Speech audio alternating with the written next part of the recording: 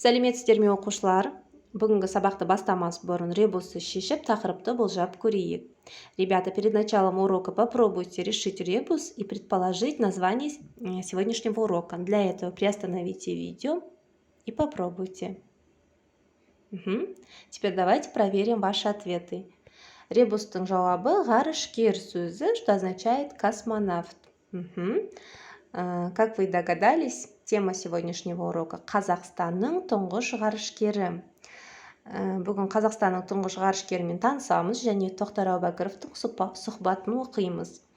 Мы сегодня будем говорить о первом космонавте Казахстана, а также прочитаем интервью с ним.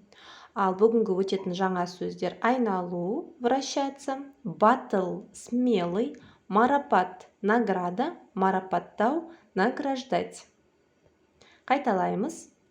Марапат, марапаттау, айналу. Теперь, ребята, давайте попробуем подобрать синонимы к этим словам. Марапат, награда, по-другому можно сказать сы. Марапаттау, награждать, можно заменить словом мадахтау. Айналу, вращаться, можно еще сказать дөңгелену. Вспомнили про синонимы? Ендеше синонимын тауып жаз тапсырмасы. Вам нужно будет к данным словам подобрать синонимы, записать их в тетради.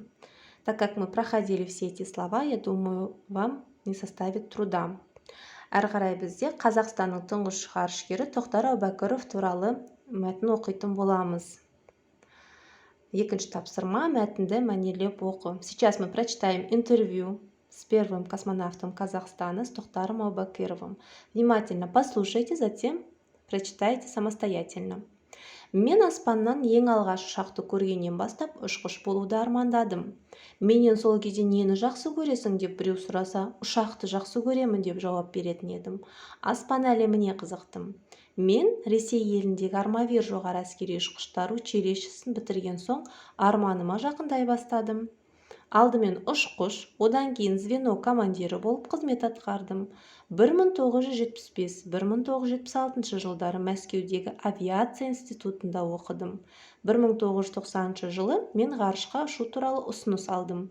Сөйтіп 1991 жылы Юрий Гагарин атындағы ғарышкерлерді дайындайтын орталықта жаттығуды бастадым. Осы жыл 2 қазанда мен ғарышқа Байқоңырдан Союз ТМ-13 кемесімен ұштым. Мен осылай ғарышкер атандым. Ғарыш кемемен жер шарын айналып шығу ғылым үшін өте маңызды. Жас ұландарды ғарышкер болуға шақырамын. Прочитайте данный текст, ознакомьтесь с его переводом.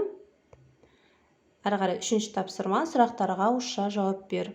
По прочитанному тексту вам нужно будет устно ответить на вопросы. Бірінші сұрақ, Тоқтар ағаның ұшқыш болу арманы неден басталды? С чего началась мечта Тохтара Әубәкірова стать летчиком? Найдите ответ в тексте и попробуйте ответить. Екінші, ғарышкердің есінде қалған ең тамаша сәті қай кез еді? Какой момент запомнился в памяти у космонавта? Әубәкіровтың арманы қашан орындала бастады? Когда началась сбываться мечта Әубәкірова? Ғарышкер ғарышқа қашан және қай жерден ұшты? Откуда и когда полетел космонавт в космос? Найдите ответы в тексте, затем попробуйте ответить. Әрі қарай төртінші тапсырма, көп нүктенің орнына керекті сөздерді қойып жаз. Задание с новыми словами, которые мы сегодня проходили. Вам нужно будет вместо многоточий поставить нужные слова и записать эти предложения в тетради. Әрі қарай бізде үй жұмысы сен білесің бе? Домашнее задание – перевести данный текст «Знаешь ли ты» на русский язык. Свои переводы отправить своему учителю. Ендеше сабағымыз аяқталды. Сау болыңыз.